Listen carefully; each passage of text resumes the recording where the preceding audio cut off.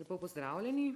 Začenjamo 30. sejo preiskovalne komisije in vas obveščam, da so zadržani se seje ne morejo udeležiti naslednji člani: Aleksandar Reberšek, magister Janez Žakelj, Nataša Sukič, Milan Jakopovič, Matej Vatovec in Tatjana Grajf.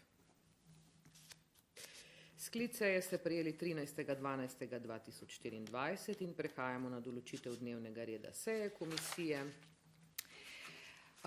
In sicer sklicem seje ste prejeli predlog dnevnega reda komisije, prvič izvajanje dokazov za slišanje prič. Nisem prejela nobenih predlogov za spremembo dnevnega reda in zato je določen dnevni red, kot je bil predlagan s sklicem. Prehajamo na prvo točko dnevnega reda, izvajanje dokazov na podlagi dopolnitve dokaznega sklepa številka 9 z dne 12.11.2024 ter prvega odstavka 15. člena poslovnika o parlamentarni preiskavi smo danes nameravali v okviru izvajanja dokazov zaslišati pričo Aleša Hojsa, in to sicer v sredo 22.1.25 ob 14. uri. Vabilo je priča prevzela. Prehajamo na obravnavo prve A točke dnevnega reda, zaslišanje priče Aleša Hojsa, in prosim, da priča stopi v dvorano.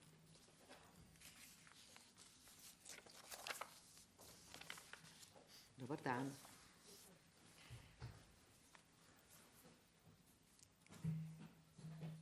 Dober dan, gospod Aleš Hojs. Na današnjo sejo preiskovalne komisije ste povabljeni na podlagi dopolnitve dokaznega sklepa številka 9 z dne 12.11.24 in sicer kot priča.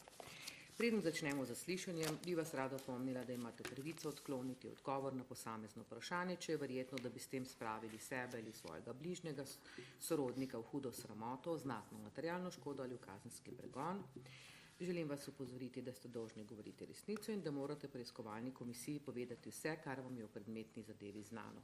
Krivo pričanje pomeni kaznivo dejanje po 284. členu Kazenskega zakonika. Prosim vas, da v skladu z zakonom o tajnih podatkih oziroma drugim zakonom, naprimer zakonom o gospodarskih družbah, preiskovalno komisijo predhodno opozorite, če boste v svojem pričanju podali podatke, ki so označeni stopnjo tajnosti, ali kako drugače varovane podatke, da bomo lahko zaprli zaslišanje za javnost. In seveda pri tem navedete tudi, za katero stopnjo tajnosti gre.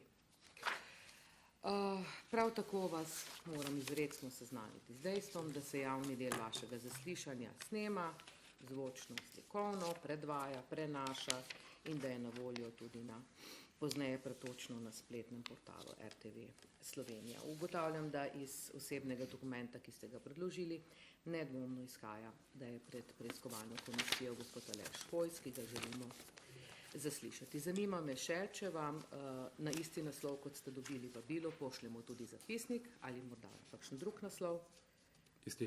Na isti naslov. Hvala lepa.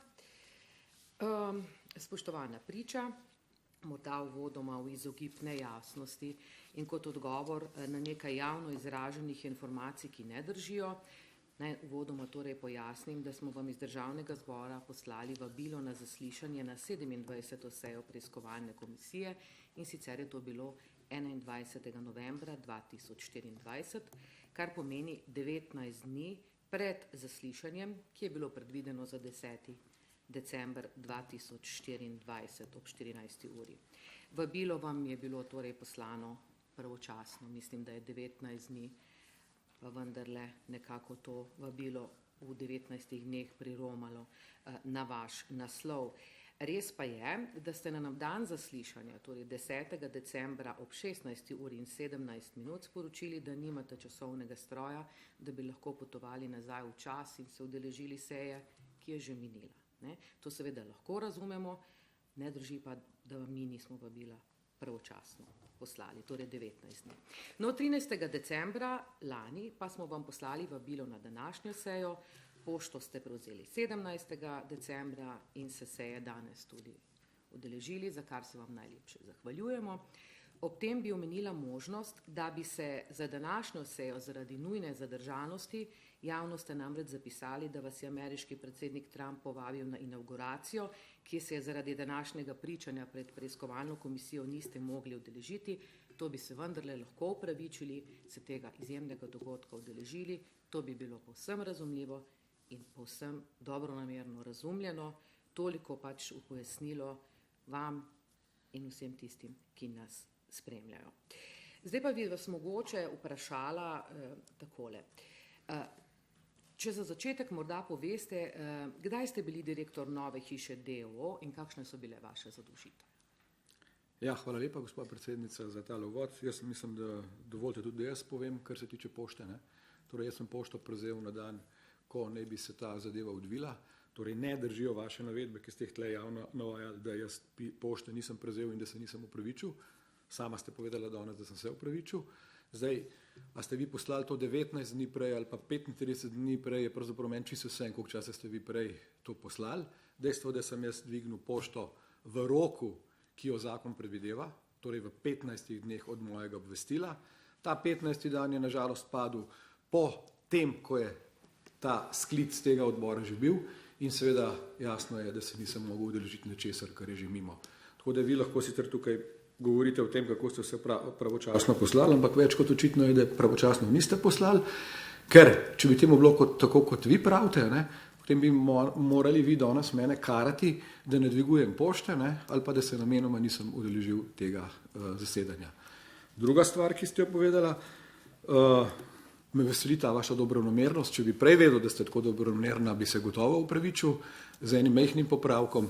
Nisem rekel, da me je povabil predsednik Trump. Povedal sem bil, da sem bil povabljen na inauguracijo v Washington in povedal sem, da tja nisem mogel odleteti. Povabili so nas pa sestrske stranke, ne predsednik Trump.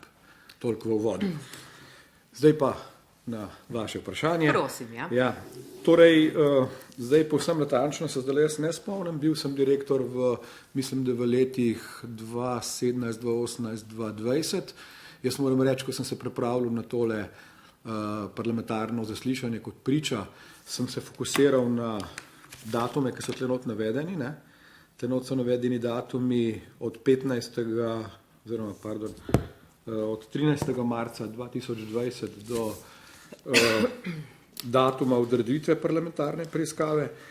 Zato sem se bolj fokusiral v te datume, zato sem pač mislil, da bomo danes govorili spet o tistih, ki so, hvala Bogu, neustavno živi, ali pa o kakšnih konjih pa kobilah, ki ne vejo, kje so občinske meje, ali pa mogoče o tistih, ki so še danes zaplinjeni, kot sem včeraj poslušal.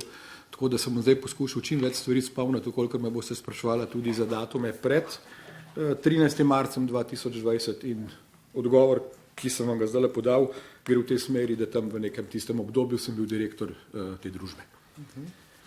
Kaj pa direktor Nove TV24, kakšne so bile tam vaše zadolžitve?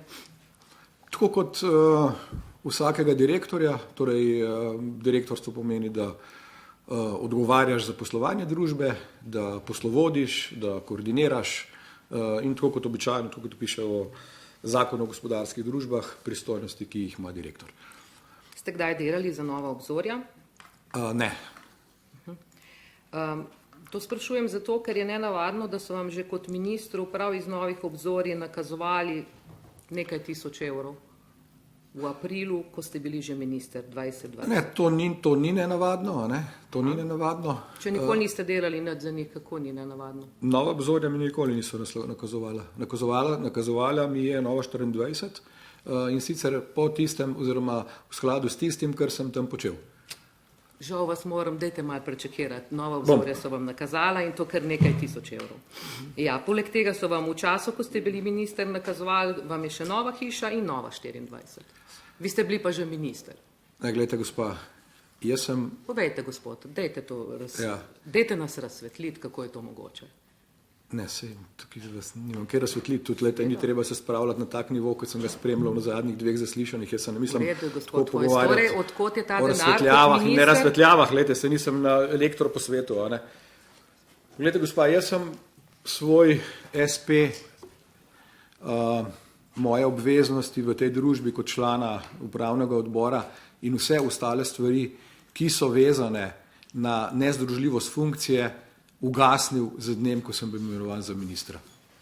Če pa so bili kakšni računi za valuto izdani preden sem postal minister, pa seveda je valuta padla v tisto obdobje, ko sem že bil minister, pa seveda to niso nakazila za čas mojega ministrovanja, ampak so nakazila, ki so posledica opravljenega dela pred mojim ministrovanjem. To so kar zajetna nakazila, glede na to, da so bili takrat vsi drugi delavci tam na minimalcu, a ne, vi ste pa še kot minister prejel nekaj tisoč evrov. Ne, to gospa ne bo držala, če ne boste mi Bo to kar pokazala, pa bomo se Dobro, pogovorila. Ne? lahko zapremo, vam pokažemo vse. No, prosim, saj če veste, da zaprete, to pa mi imamo. pokažete, ja. Torej, Super. vsa izplačila so bile zvedena 9. aprila 2020, SP ste zaprli 6. aprila 2020. Ja, tako kot sem Ali je povedal. morda, se vem, da je to vse mogoče, ja. Ali je morda nakazilo kakorkoli povezano z maskami in takratnimi državnimi posli, potem, ko ste pač po hišnih preiskavah odstopili oziroma odstopali in nikoli odstopili? Z maskami, kaj bi bilo pa Ne moje vem, delo? a veste, to se včasih pač uporablja, kakšen tak preko strankarskih podjetij se kakšen posel zapelje, ne, tega zelo veliko vidimo, kadar raziskujemo SDS. Glejte, jaz kot minister Torej gre za plačilo za delo, ki ste ga upravili. Sem prav razumela vas. Ja, glejte, jaz sem razumel, da ste me razumela to že pri tem prvem odgovoru, ne da bom vsakič to ponavljal. Kot minister Boste za pač notranje... ponavljali, pa boste rekli, ne želim ponavljati, se ni problem. Kot No, minister za notranje zadeve pa nisem imel nobenih pristojnosti za nakupe ali pa za poizvedbo ali pa za dobavo mask. Dobro. Skratka, kaj ste delali pravzaprav, da ste dobili potem ta denar? Kaj ste delali za Novo obzorje? Ja, vse sem vam prej povedal. Ne, niste. Vprašali ste me, kakšna je vloga direktorja družbe. Oziroma Kaj ste delali, da ste pač z Novih obzorij dobili ta denar, nekaj Sem- tisoč evrov? Prvič vam povem, da ne poznam tega nakazila, boste zaprli sejo, pa mi ga boste pokazala, pa se bom mogoče spomnil. Dobro. V redu. Gospod Hojs, najlepše se vam zahvaljujem, da ste prišli na zaslišanje. Ali zahtevate v zvezi s tem še kakšne stroške? Ne, gospa. V redu. Potem se vam pa najlepše zahvaljujem in se A kdaj zahvaljujem bomo pa tudi za videli to? udeležbo na današnji seji in vam želim lep dan, nasvidenje. Kdaj bom videl to, kar ste rekla, da bom lahko videl na zaprti seji?